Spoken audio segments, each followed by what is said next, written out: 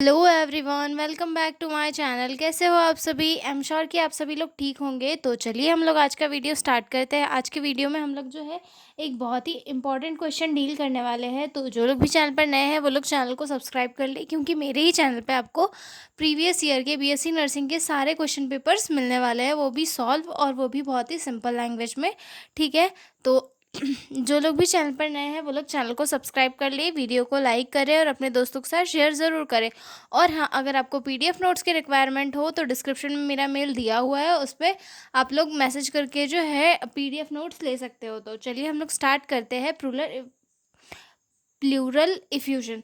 तो इफ्यूजन क्या होता है? इफ्यूजन दैट मीन्स कि बहाव होना या किसी चीज़ का जो है ज़्यादा होना। और प्लूरल वर्ड से हम लोग क्या समझते हैं कि हमारी जो बॉडी होती है, हमारे पास लंग्स होते हैं, लंग्स को कवर करके जो है एक लेयर पाई जाती है जिसे प्लूरा कहते हैं। और उसके बीच में जो उसमें एक जो है फ्लूइड प्रेजेंट होता है जिसे प्लूरल फ्लूइड कहते हैं।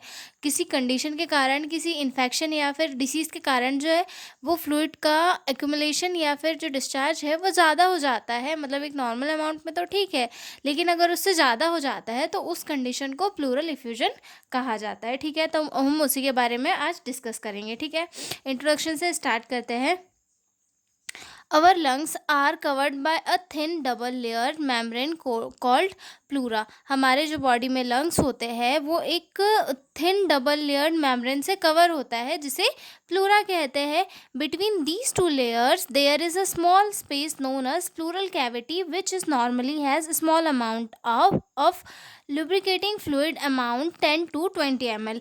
मतलब हमारी जो प्लूरल कैविटी होती है, मतलब जो हमारे जो लंग्स होते हैं उन वो एक लेयर से कवर्ड होते हैं जिसे प्लूरा कहा जाता है। और वो मतलब डबल लेयर की होती है, तो उसमें के बीच में एक स्पेस होती है जिसे प्लूरल कैविटी कहा जाता है।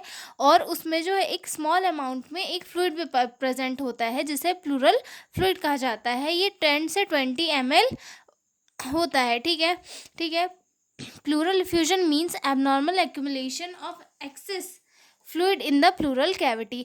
और प्लूरल इफ्यूजन में क्या होता है कि जो हमारी प्लूरल कैविटी होती है उसमें एक्सेस फ्लूइड कलेक्ट हो जाता है। मतलब एक जो नॉर्मल अमाउंट है 10 से 20 ml, उससे ज़्यादा अमाउंट हमारी प्लूरल कैविटी में इकट्ठा हो जाता है, जिसके कारण पेशेंट को दिक्कतें फेस करनी पड़ती है। ठीक है, ये एक्यूमुलेशन किसी भी रीज़न से हो सकता है, इन्फेक्शन के कारण, ट्यूमर के कारण या फिर अदर उसके रीजंस के कारण जो है ये हो सकता है। ठीक है, it is a sign of discharge rather than a disease itself. मतलब कि जो है प्लूरल इफ्यूजन तब होता है जब कैविटी में ज़्यादा फ्लूइड कलेक्ट हो जाता है जो नॉर्मल से ज़्यादा होता है। ठीक है, ओके। उसके बाद इसकी डेफिनेशन देखते हैं। Pleural Pleural effusion is the collection of abnormal amount of fluid in the pleural space which can compress the lungs and cause breathing difficulty। यानी कि प्लूरल इफ्यूजन एक ऐसा एबनॉर्मल एक्यूमुलेशन है फ्लूइड का प्लूरल कैविटी के अंदर, जिसके कारण जो है लंग्स कंप्रेस हो जाते हैं और ब्रीथिंग डिफ़िकल्टी कॉज होती है। मतलब एक नॉर्मल अमाउंट में अगर फ्लूइड हमारे प्लूरल कैविटी में प्रेजेंट है तो ठीक है, लेकिन अगर उससे ज़्यादा अमाउंट अगर प्लूरल कैविटी में है तो दैट मीन्स उसके कारण जो है प्रॉब्लम्स हो सकती है, यानी कि ब्रीथिंग डिफ़िकल्टी हो सकती है। मान लो अगर हम देखें कि ये हमारे लंग्स है, ये हमारे लंग्स है और जो लंग्स है ये एक डबल लेयर, मतलब एक थिन लेयर से कवर्ड होते हैं। ठीक है, और इसके अंदर इसे जो है प्लूरल कैविटी कहा जाता है और इसके अंदर प्लूरल फ्लूइड प्रेजेंट होता है। ठीक है, अब ये फ्लूइड नॉर्मल है तो ठीक है, लेकिन अगर इससे ज़्यादा ये कलेक्ट हो रहा है तो इसके कारण क्या होगा, लंग्स जो है अगर ब्रीथ लेंगे तो वो प्रॉपरली सिकुड़ नहीं पाएंगे। ठीक है, और मतलब उनका जो एक रेस्पिरेशन वाला फंक्शन होता है वो प्रॉपरली नहीं हो पाएगा। ठीक है, अब इसके कॉजेज़ क्या क्या हो सकते हैं। ठीक है, तो हार्ट डिसीज़ हो सकती है, यानी कि हार्ट डिसीजेस हो सकती है, यानी कि ये एक मोस्ट कॉमन कॉज है प्लूरल इफ्यूजन का, जिसमें कि कंजेस्टिव हार्ट फेलियर हो सकता है, ठीक है। जब किसी पेशेंट को कंजेस्टिव हार्ट फेलियर होता है, तब उसका मीनिंग ये होता है कि उसकी जो हार्ट की पंपिंग है वो कमज़ोर हो जाती है, जिससे कि जो पल्मोनरी कैपिलरीज होती है उनका प्रेशर बढ़ जाता है। कि मतलब उनको ब्लड को ये तो करना पड़ता है, तो इसका मतलब ये होता है कि जो हमारे लंग्स की जो कैपिलरीज होती है, इसमें जो है एक प्रेशर इतना ज़्यादा हो जाता है कि सीरम या फिर फ्लूइड जो है लंग्स में लीक होना शुरू हो जाता है, जिससे कि जो फ्लूइड है वो प्लूरल कैविटी में पहुंच जाता है। जो इंटरस्टिशियल फ्लूइड होता है वो प्लूरल कैविटी में पहुंच जाता है, जिससे कि वहाँ पे जो है इफ्यूजन स्टार्ट हो जाता है, ठीक है। मतलब कि जो कंजेस्टिव हार्ट फेलियर में जो हार्ट की पंपिंग है वो कमज़ोर हो जाती है, उसकी वजह से इधर जो लंग्स है उनकी कैपिलरीज पर प्रेशर पड़ता है। कैपिलरीज पे प्रेशर पड़ता है, उसकी वजह से उनके अंदर जो भी इंटरस्टिशियल फ्लूइड होता है वो लंग्स लंग्स से लीक होके प्लूरल कैविटी में चले जाते हैं और वहाँ पे फ्लूइड का एक्युमुलेशन स्टार्ट हो जाता है, जिसके कारण जो है प्लूरल इफ्यूजन हो जाता है। और ये मोस्ट कॉमन कॉज है प्लूरल इफ्यूजन का, ठीक है। उसके बाद लंग डिसीज़ जैसे कि ट्यूबरकुलोसिस, जो ट्यूबरकुलोसिस होता है उसमें जो है डिस्चार्ज वगैरह ज़्यादा होता है, स्पूटम वगैरह, या फिर निमोनिया, या फिर लंग कैंसर, इनके कारण जो है फ्लूइड प्लूरल कैविटी में चल जाता है, जिसकी वजह से एक्सेस अमाउंट में फ्लूइड कलेक्ट हो जाता है और जो पेशेंट को दिक्कतें फेस करनी पड़ती है, ठीक है। लीवर और किडनी डिसीज़ की वजह से भी हो सकता है, cirrhosis, liver cirrhosis, nephrotic syndrome, इन सभी की वजह से, ठीक है। ट्रॉमा या फिर अगर चेस्ट में कोई इंजरी हुई हो, ट्रॉमा हुआ हो, उसके कारण हो सकता है, ठीक है। अदर जैसे कि pulmonary embolism, auto immune diseases, उनके कारण भी जो है प्लूरल कैविटी में एक्सेस अमाउंट में फ्लूइड कलेक्ट हो सकता है, ठीक है। आगे देखते हैं टाइप्स ऑफ प्लूरल इफ्यूजन की, कौन कौन से टाइप का प्लूरल इफ्यूजन होता है, ठीक है। तो सबसे फर्स्ट आता है इसमें transductive effusion. Transductive effusion due to क्यों होता है transductive effusion? Due to systematic problems like heart failure, liver cirrhosis, kidney disease, और इसमें जो है फ्लूइड क्लियर होता है, ठीक है।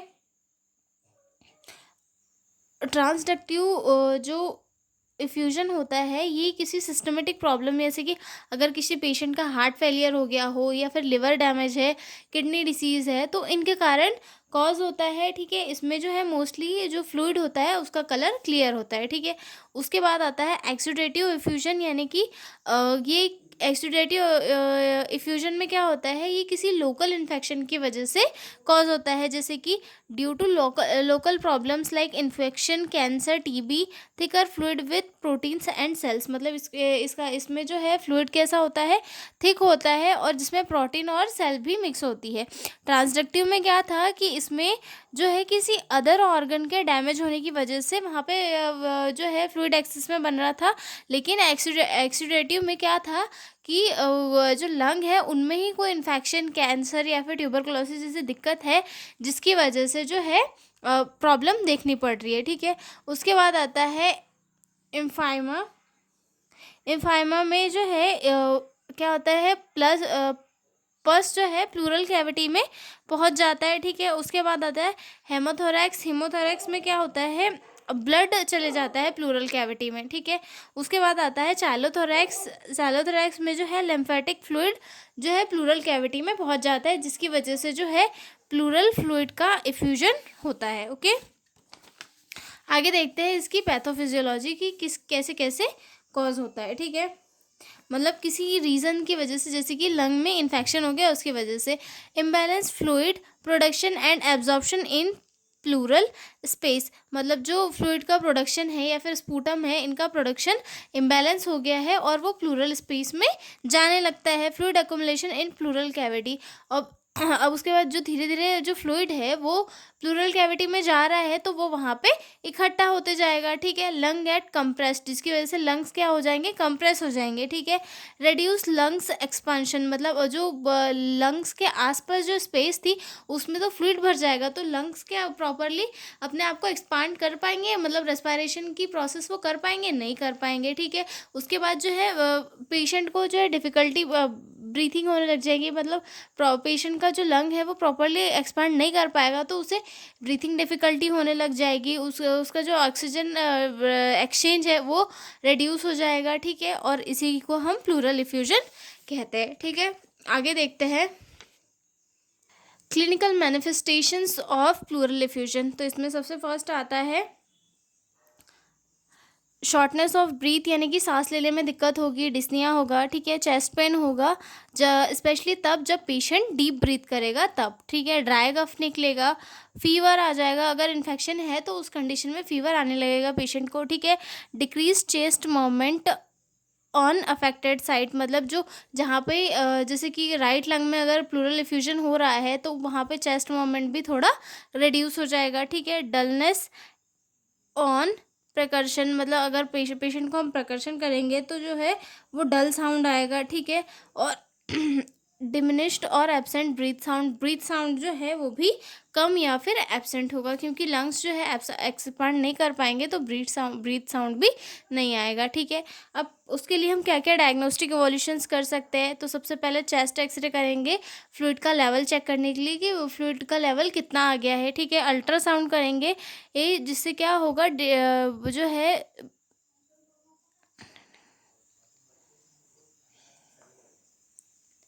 साउंड से जो है अल्ट्रासाउंड से जो एक छोटा सा जो भी फ्लूइड कलेक्शन होगा उसे एक डिटेल व्यू में हम लोग देख सकते हैं। सिटी स्कैन से टोटली जो फ्लूइड कितना क्या है कहाँ पे वो चेक कर सकते हैं, ठीक है। थोरासेंटेसिस दैट मीन्स कि जो फ्लूइड है उसे थोड़ा सा चेस्ट से निकाला जाएगा ताकि उससे एनालाइज किया जा सके कि जो फ्लूइड है वो क्यों है, मतलब किस रीज़न की वजह से है, कि वो इन्फेक्शन के कारण है या फिर कोई अदर सेल, वहाँ पे कोई ट्यूमर वगैरह तो नहीं है, किस चीज़ के कारण हो रहा है, ठीक है। उसके बाद अगला आता है pleural fluid analysis to know type transudate and exudate, मतलब जो उसका जो प्लूरल फ्लूइड एनालिसिस है वो क्यों करेंगे, ताकि ये जान सके कि जो लंग्स में इन्फेक्शन है या अदर किसी पार्ट के डैमेज होने की वजह से जो है प्लूरल फ्लूइड इकट्ठा हो रहा है। मतलब जो हमने अभी देखा था दो टाइप का था, ट्रांसुडेट एंड एक्सुडेट। ट्रांसुडेट में क्या था कि अदर किसी पार्ट के डैमेज होने की वजह से लंग्स में दिक्कत आ रही थी, और एक्सुडेट में क्या था कि जो लंग्स है वहीं पे कोई दिक्कत है, इन्फेक्शन है, ट्यूमर है, ट्यूबरक्लोसिस है, उसकी वजह से वहाँ पे जो है प्लूरल इफ्यूजन हो रहा था। तो ठीक है, तो वो जो है प्लूरल फ्लूइड का एनालिसिस भी इसलिए किया जाता है ताकि चेक किया जा सके कि किस वजह से प्लूरल इफ्यूजन हो रहा है, ठीक है। आगे देखते हैं कॉम्प्लिकेशन की, जो प्लूरल इफ्यूजन है इसकी वजह से क्या क्या कॉम्प्लिकेशन कॉज हो सकती है, ठीक है। तो लंग कोलैप्स हो सकते हैं, मतलब ज़्यादा ही फ्लूइड इकट्ठा हो जाएगा तो इंसान का जो लंग्स है वो कोलैप्स हो जाएंगे, ठीक है। इन्फेक्शन हो जाएगा, एम्फाइमा, ठीक है। न्यूमोथोरैक्स आफ्टर थोरासेंटेसिस, न्यूमोथोरैक्स हो सकता है, ठीक है।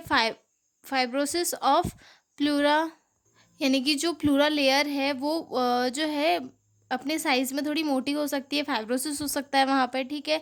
रेस्पिरेटरी फेलियर इफ़ अनट्रीटेड, जो पेशेंट है उसका जो रेस्पिरेटरी सिस्टम है वो पूरा डैमेज हो सकता है, वो सांस लेने के कैपेबल नहीं रह सकता है, ये इसकी कॉम्प्लिकेशंस थी, ठीक है। अब देखते हैं medical management of pleural effusion. Medical management में क्या क्या करेंगे, ट्रीट अंडरलाइंग कॉजेज़, मतलब अगर पेशेंट को अगर ट्यूबरकुलोसिस है, हार्ट फेलियर है या फिर इन्फेक्शन है, कैंसर है, सबसे पहले उन्हें हमें ठीक करना है, ठीक है। थोरासिंथेसिस से क्या होगा, जो प्लूरल फ्लूइड है उसके एक्सेस अमाउंट को रिमूव कर दिया जाता है, ठीक है। उसके बाद chest tubing drainage if large effusion और रिकरेंट, मतलब जो वो अगर लार्ज अमाउंट में जो है फ्लूइड एक्यूमुलेट हो रहा है तो उसको वो जो है तो ड्रेन के थ्रू उसे रिमूव कर दिया जाता है, ठीक है। उसके बाद मेडिकेशन दे सकते हैं, डायूरेटिक, अगर हार्ट फेलियर है तो उस कंडीशन में डायूरेटिक दिया जा सकता है, एंटीबायोटिक दिया जा सकता है अगर इन्फेक्शन पेशेंट को है तो, ठीक है। एंटी ट्यूबरकुलर ड्रग्स दिए जाते हैं टीबी के ट्रीटमेंट के लिए, कीमोथेरेपी और रेडिएशन दिया जाता है अगर कैंसर वगैरह है तो उस कंडीशन में, ठीक है।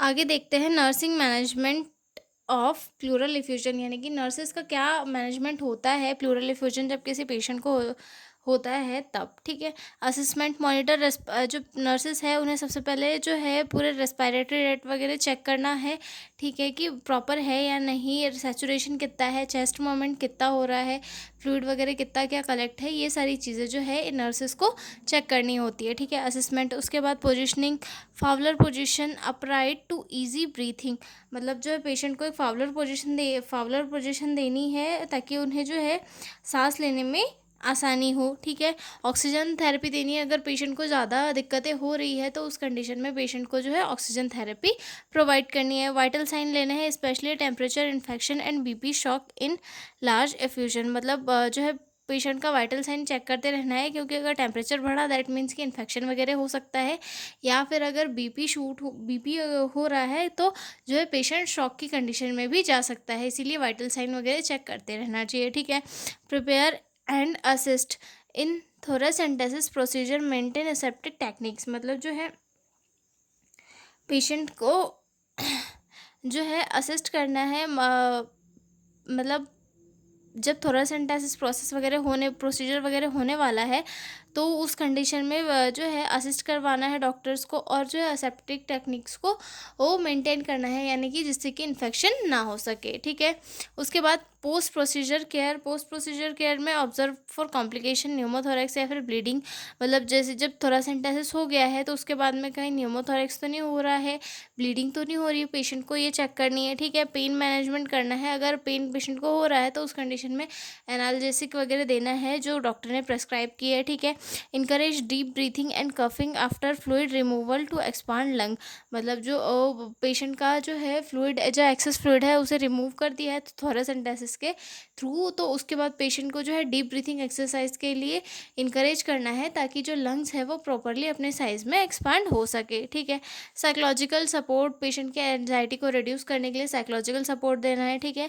हेल्थ एजुकेशन देना है, importance of follow up adherence and medication like TB, drugs and diuretics. Patient को जो है फॉलोअप के लिए बताना है कि आप जो है प्रॉपर फॉलोअप करवाते रहिए, हेल्थ चेकअप करवाते रहिए, और जो है जो भी मतलब अगर ट्रांसलेट है तो भी तो जो ऑर्गन से रिलेटेड डिसीज़ है उससे रिलेटेड मेडिसिन वगैरह के बारे में एजुकेशन देनी है, और अगर एक्सीडेंट है तो उससे रिलेटेड मेडिसिन वगैरह के लिए पेशेंट को समझाना है, ठीक है।